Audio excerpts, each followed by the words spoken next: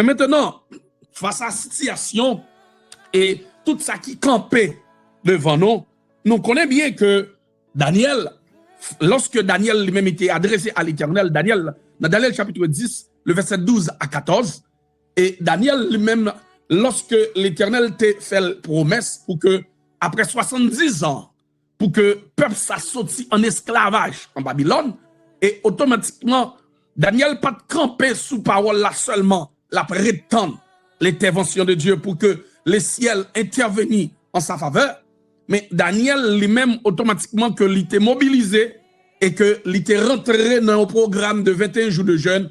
Et programme ça que Daniel était rentré là-dedans. Le pourquoi que Daniel était rentré dans le programme de 21 jours de jeûne, c'est parce que Daniel en attente de comment dirais-je, de l'accomplissement de la parole de Dieu. Et Daniel en attente de l'accomplissement de la promesse de Dieu.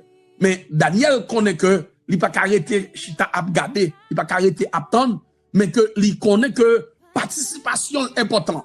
Et comment que il t'a participé? Il t'a participé en premier lieu par la consécration. C'est la consécration. Daniel t'a consacré la ville à l'Éternel.